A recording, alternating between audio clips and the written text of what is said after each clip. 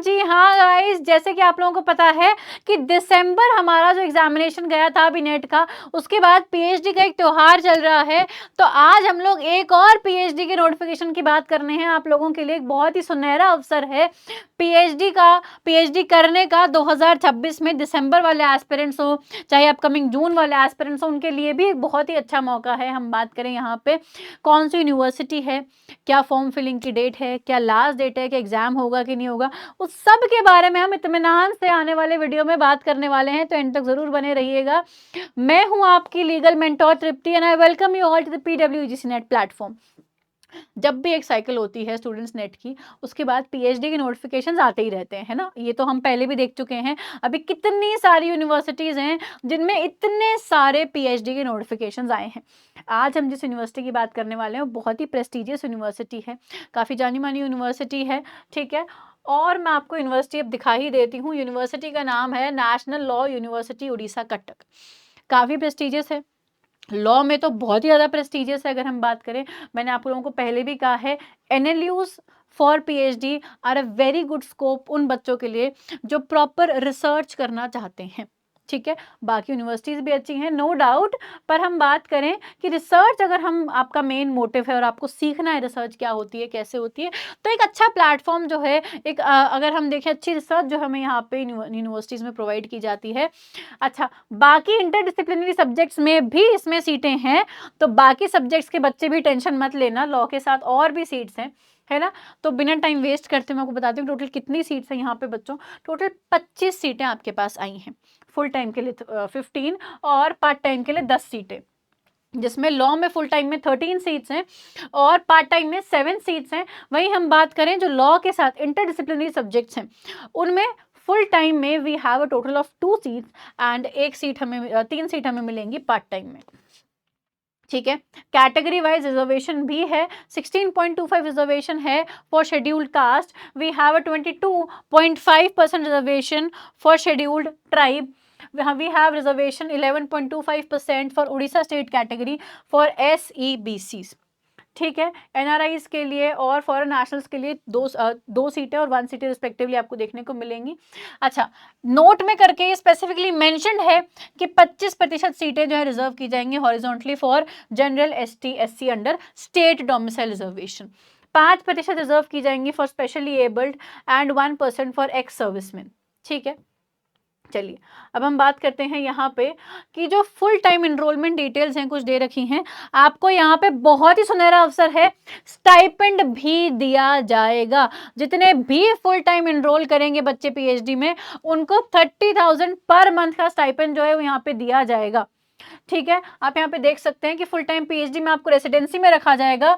Minimum period कितना होगा, 3 साल का, और मैक्सिमम आपको जो स्कॉलरशिप है वो 5 साल तक दी जाएगी, ठीक है। फुल टाइम कैंडिडेट्स को मिनिमम मैक्सिमम पीरियड जो है वहाँ पे सबमिट करने का अपनी पीएचडी थीसिस वो 6 ईयर है। ये तो हमें पता है कि ये तो यूजीसी की गाइडलाइंस है ना। एलिजिबिलिटी की अगर हम बात करें स्टूडेंट्स, तो लॉ के लिए हम बात करते हैं, आपके पास मिनिमम क्वालिफिकेशन जो है वो क्या होनी चाहिए, you must have a masters degree.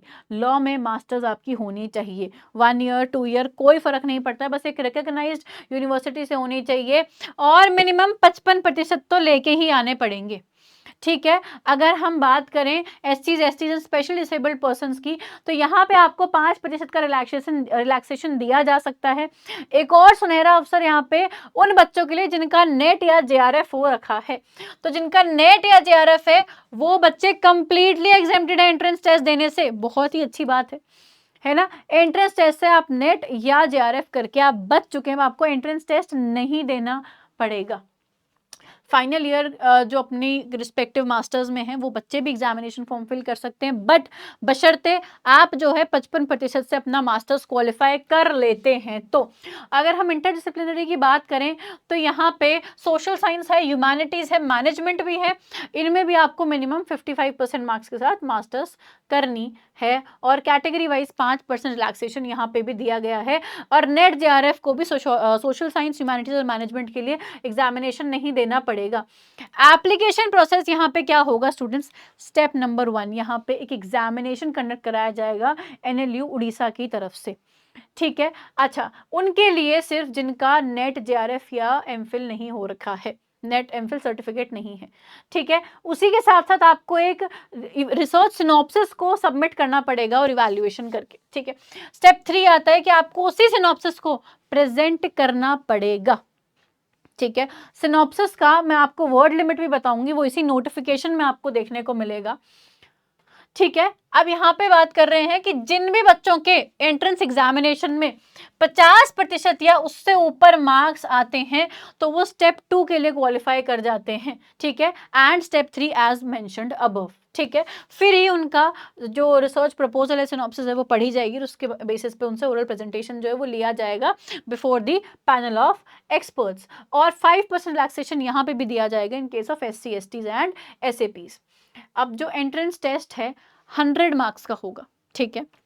100 marks का होगा, जिसमें अगर हम बात करें 50 मार्क्स की, तो 50 मार्क्स में से 30 मार्क्स के 15 क्वेश्चंस होंगे of 2 marks each on research methodology. Research methodology पे आपको टोटल 30 मार्क्स के क्वेश्चंस जो वो यहाँ पे पूछे जाएंगे। 20 मार्क्स के 10 क्वेश्चंस आएंगे of 2 marks each from the law subjects, ठीक है। कोई नेगेटिव मार्किंग नहीं होगी। लॉ के लिए अब कौन से सब्जेक्ट पढ़ के जाने हैं या आपका क्वेश्चन आएगा तो वही पढ़ जाना जो नेट का सिलेबस है, क्योंकि उससे अलग यहाँ पे ये नहीं पूछते हैं, है ना। फिर आएंगे, ये तो हमारे 50 मार्क्स हो गए, नो नेगेटिव मार्किंग। फिर आते हैं 50 मार्क्स, 2 लॉन्ग सब्जेक्टिव क्वेश्चंस होंगे ऑन 25 मार्क्स ईच। लॉ में 2 क्वेश्चंस होंगे on subjects like jurisprudence and constitution, ठीक है। अब स्टूडेंट्स यहाँ पे एक चीज ध्यान रखना, स्पेसिफिकली यहाँ पे 2 ही सब्जेक्ट्स मेंशन कर रखे हैं, जूरिस एंड कॉन्स्टिट्यूशन। मैं आपको ये मेरी तरफ से एडवाइस है कि जितने भी नेट वाले बच्चे हैं, चलो तो नेट कर चुके हैं, बाकी जो एग्जामिनेशन में जा रहे हैं, प्लीज़ हर सब्जेक्ट का ना जूरिस्प्रूडेंस और कॉन्स्टिट्यूशन के अलावा थोड़ा थोड़ा आइडिया लेके जाना। मेंशन नहीं है बट आंसर लिखने में, इसीलिए मैंने बोला सब पढ़ के जाना, क्योंकि सब्जेक्टिव है, यहाँ पे आंसर लिखने में बहुत हेल्प मिलेगी, ठीक है। जूरिस कॉन्स्टिट्यूशन अच्छे से पढ़ के जाने हैं। रेस्ट जो 5-6 सब्जेक्ट्स बचते हैं उनको बस एक ओवरव्यू लेके जाना कि वो सब्जेक्ट्स क्या बात कर रहे हैं, ताकि आपको ये लॉन्ग फॉर्म क्वेश्चन सॉल्व कर लिखने में आसानी हो, ठीक है। और जो हम इंटरडिसिप्लिनरी सब्जेक्ट्स की बात करें उसमें 1 क्वेश्चन आएगा on above mentioned law subjects and 1 question on management social science and humanities.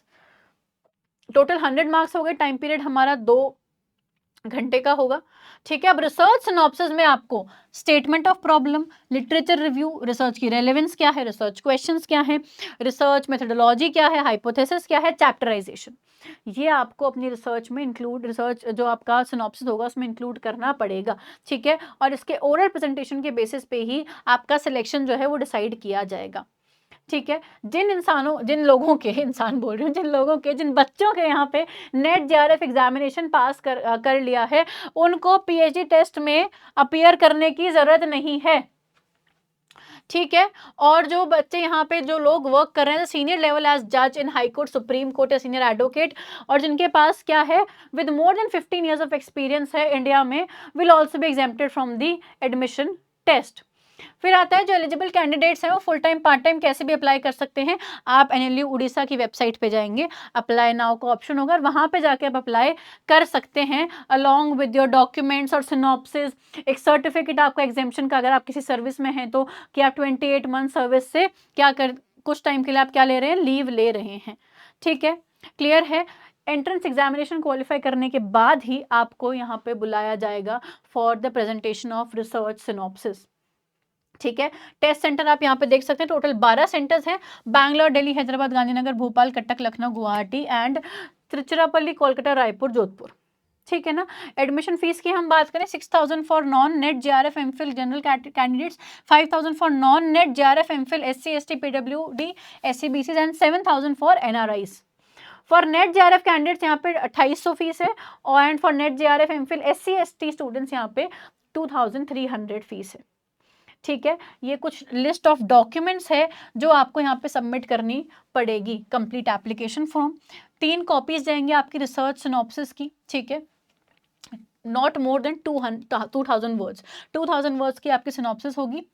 Payment जो आप ऑनलाइन करेंगे through the gateway, attested photocopies होंगी आपकी सर्टिफिकेट्स एंड मार्कशीट्स की, इंस्टीट्यूशन का जो लीव वाला सर्टिफिकेट है वो लगेगा, पासपोर्ट साइज फोटोग्राफ एंड ये सर्टिफिकेट्स अगर आप एप्लीकेबल हैं तो ये आपको डाउनलोड करके विद वाया पोस्ट आपको भेजने हैं टू द फॉलोइंग एड्रेस। ये एड्रेस यहाँ पे लिख रखा है पूरा, आपको ये लिख के आपको पोस्ट करने हैं, ठीक है ना स्टूडेंट्स, क्लियर है। ये वेबसाइट है admissions.nlu.ac.in, यहाँ पे आपको सारी डिटेल्स और मिल जाएंगी।